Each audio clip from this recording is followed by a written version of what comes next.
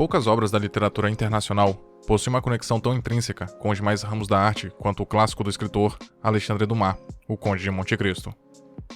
Não à toa, pois a história real de seu criador, responsável também por outro clássico eterno, Os Três Mosqueteiros, é quase tão memorável quanto a Odisseia de seu protagonista, Edmond Dantès. De origem europeia por parte de seu pai, um nobre francês, e africana por parte de sua mãe, uma escrava, Dumas passaria por uma carreira militar antes de descobrir sua verdadeira vocação, a de escritor. Inicialmente redigindo peças teatrais bem-sucedidas, sua natureza prolixa o faria passar para obras literárias. Falando nelas, no mesmo ano em que escreveu a história de D'Artagnan, Athos, Porthos e Aramis, Dumas também concebeu a história do homem preso injustamente por traição, que aprenderia sobre diversos ramos do conhecimento na prisão e usaria o tesouro escondido na ilha de Monte Cristo para arquitetar sua vingança contra todos os responsáveis por um destino tão injusto. Tal história não só encanta pessoas até os dias de hoje, como já recebeu dezenas de adaptações, tanto em peças teatrais quanto em especiais na TV e no cinema. Sobre suas versões para a tela grande, existem aproximadamente 23 oficiais ou inspiradas na obra literária, sendo duas de maior destaque atualmente. Uma em 1934, com Dantès interpretado por Robert Donat, e uma versão em 2002, que apesar de não ser tão conhecida, conquistou apreço popular e foi a última adaptação para os cinemas até então.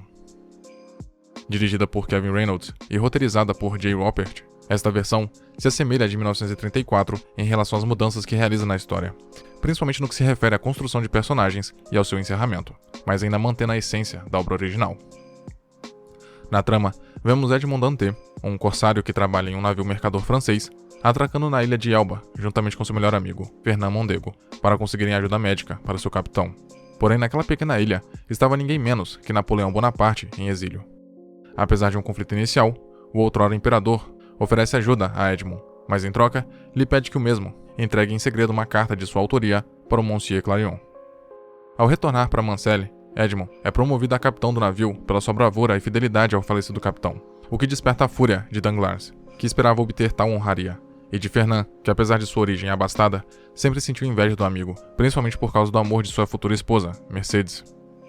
Também a revolta leva Danglars a tramar contra Edmond, e após descobrir que Fernand sabia da entrega da carta de Napoleão, o envolve no plano e ambos acusam o protagonista de traição.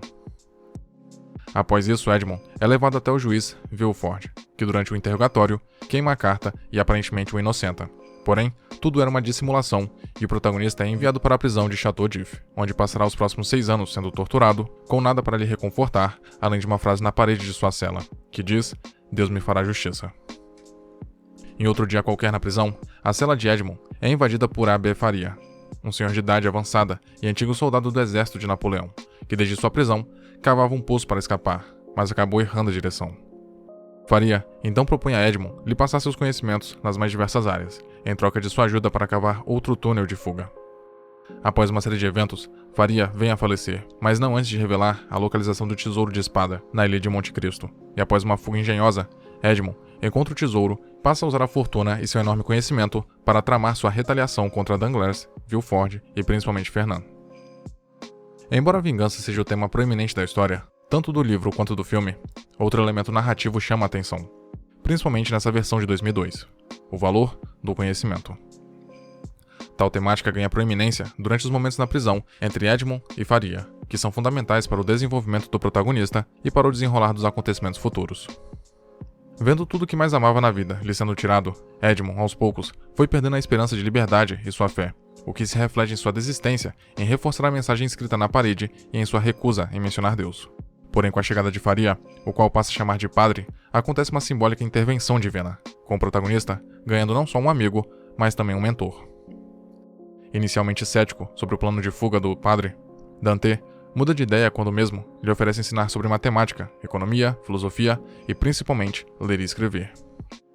Edmond se mostra um aluno comprometido e de inteligência acima da média, e vê no mentor uma oportunidade de aprender técnicas de combate e esgrima. Além disso, Edmond utiliza o raciocínio lógico e dedutivo que desenvolve com o tempo para desvendar o plano dos algozes que causaram sua prisão, o que lhe causa grande revolta, mas logo se torna motivação para arquitetar sua vingança.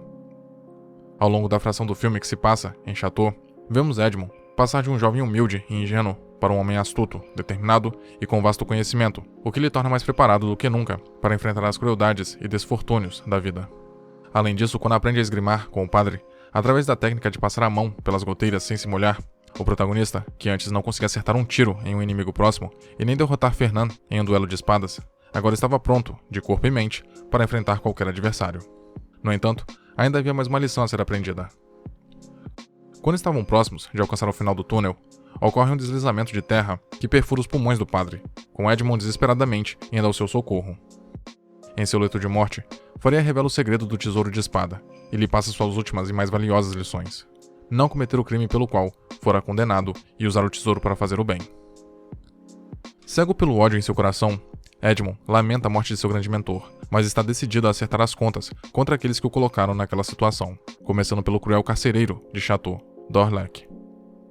Após várias desventuras, Edmond enfim consegue encontrar o tesouro em Monte Cristo e decide se apresentar para a alta sociedade como conde, para assim estar próximo de seus inimigos e explorar suas fraquezas, como a desonestidade de Danglars, a ambição de Villefort e a vida boêmia de Fernand.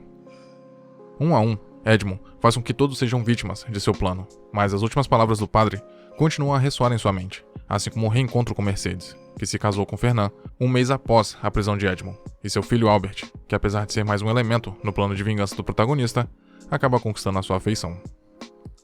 Seu amigo e companheiro fiel, Jacopo, também busca dissuadir o conde de seus planos, pedindo que ele desista de sua obsessão e viva sua vida com a mulher que sempre amou, e que, como é revelado posteriormente, nunca deixou de amá-lo de volta, tendo se casado com Fernand por estar grávida de Edmond antes de sua prisão.